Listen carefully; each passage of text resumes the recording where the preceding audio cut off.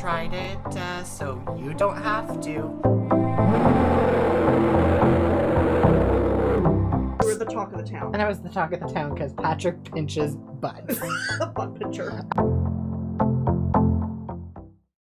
Hey guys, welcome to my channel.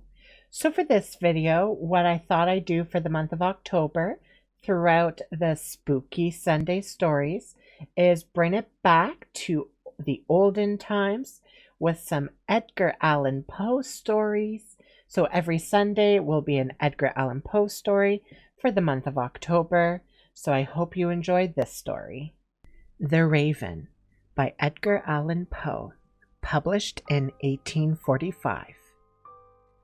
Once upon a midnight dreary, while I pondered weak and weary over many a quaint and curious volume of forgotten lore, while I nodded, nearly napping, suddenly there came a tapping, a some one gently rapping at my chamber door. "'Tis some visitor," I muttered, tapping at my chamber door. Only this and nothing more. Ah, distinctly I remember it was in the bleak December, and each separate dying ember wrought its ghost upon the floor. Eagerly I wished the morrow, vainly I had sought to borrow from my books surcease of sorrow, sorrow for the lost Lenore, for the rare and radiant maiden whom the angels name Lenore, nameless here forevermore. And the silken sad uncertain rustling of each purple curtain thrilled me, filled me with fantastic terrors never felt before, for that now, to still the beating of my heart, I stood repeating, "'Tis some visitor, entreating, entrance at my chamber door. Some late visitor, entreating, entrance at my chamber door. This is it, and nothing more." Presently my soul grew stronger, hesitating then no longer. "Sir," said I, "or madam, truly your forgiveness I implore. But the fact is I was napping, and so gently you came rapping, and so faintly you came tapping, tapping at my chamber door, that I scarce was sure I heard you. Here I opened wide the door. Darkness there, and nothing more." Deep into that darkness peering, long I stood there wondering, fearing, doubting, dreaming dreams no mortal ever dared to dream before. But the silence was unbroken, and the stillness gave no token, and the only word there spoken was the whispered word, "Lenore." This I whispered, and an echo murmured back the word, "Lenore." Merely this, and nothing more. Back into the chamber turning, all my soul within me burning, soon again I heard a tapping, somewhat louder than before. "Surely," said I, "surely that is something at my window lattice. Let me see then what thereat is, and this mystery explore. Let my heart be still a moment, and this mystery explore. 'Tis the wind, and nothing more." Open here I flung the shutter, when with many a flirt and flutter, in there stepped a stately raven, of the saintly days of yore. Not the least obeisance made he, not a minute stopped or stayed he, but with mien of lord and or lady, perched above my chamber door, perched upon a bust of Pallas just above my chamber door, perched and sat, and nothing more. Then this ebony bird beguiling my sad fancy into smiling, by the grave of stern decorum of the countenance it wore. "Though thy crest be shorn and shaven, though," I said, "art sure no craven? Ghastly grim and ancient raven, wandering from the nightly shore, tell me what thy lordly name is on the night's plutonian shore." Quoth the raven, "Nevermore." Much I marveled this ungainly fowl to hear discourse so plainly, though its answer little meaning, little relevancy bore. For we cannot help agreeing that no living human being ever yet was blessed with seeing bird above his chamber door, bird or beast upon the sculptured bust above his chamber door, with such name as Nevermore.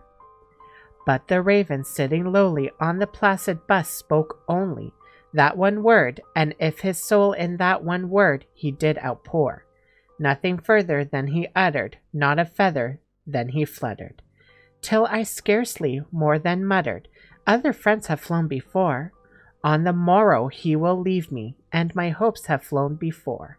Then the bird said, nevermore. Startled at the stillness broken by reply so aptly spoken, doubtless, said I, what it utters is its only stock and store, caught for some unhappy master, whom unmerciful disaster followed fast and followed faster, till his songs one burden bore, till the dirges of his hope that melancholy burden bore, of never, nevermore.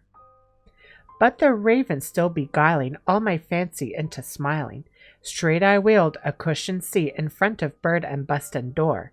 Then upon the velvet sinking, I betook myself to linking fancy unto fancy, thinking that this ominous bird of yore, what this grim, ungainly, ghastly, gaunt of ominous bird of yore meant in croaking nevermore. This I sat engaged in guessing, but no syllable expressing, to the fowl whose fiery eyes now burned into my bosom's core. This and more I sat divining, with my head and ease reclining on the cushion's velvet lining that the lamplight gloated o'er, and whose velvet violet lining with the lamplight gloating o'er she shall press, nevermore. Then methought the air grew denser, perfumed from an unseen censer, swung by seraphim, whose footfalls tinkled on the tufted floor. Wretch, I cried, thy God hath lent thee, by these angels he hath sent thee, respite, respite, and nepenthe from the memories of Lenore. Quaff, oh quaff this kind nepenthe, and forget this lost Lenore. Quoth the raven, nevermore. Prophet, said I, thing of evil, prophet still if bird or devil, whether tempter sent or whether tempest tossed thee here ashore, desolate yet all undaunted, on this decent land enchanted, on this home by horror haunted, tell me truly, I implore, is there, balm in Gilead? Tell me, I implore. Quoth the raven, nevermore. Prophet, said I, thing of evil, prophet still, if bird or devil, by the heaven that bends above us, by that God we both adore, tell his soul with sorrow laden, if within the distant Aidenn, it shall clasp a sainted maiden, whom the angels name Lenore. Clasp a rare and radiant maiden, whom the angels name Lenore. Quoth the raven, nevermore. Be that word our sign is parting, bird or fiend, I shrieked unsparting, get thee back into the tempest and the night's plutonian shore. Leave no black plume as a token of that lie thy soul hath spoken. Leave my loneliness unbroken, quit the bust above my door. Take thy beak from out my heart and take thy form from off my door. Quoth the raven, nevermore.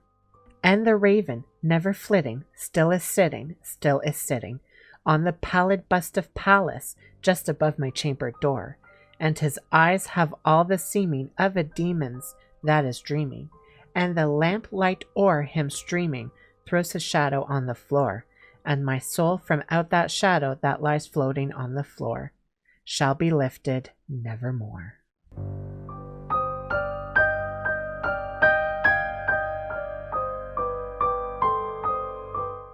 And there you have it. I love classic stories like that.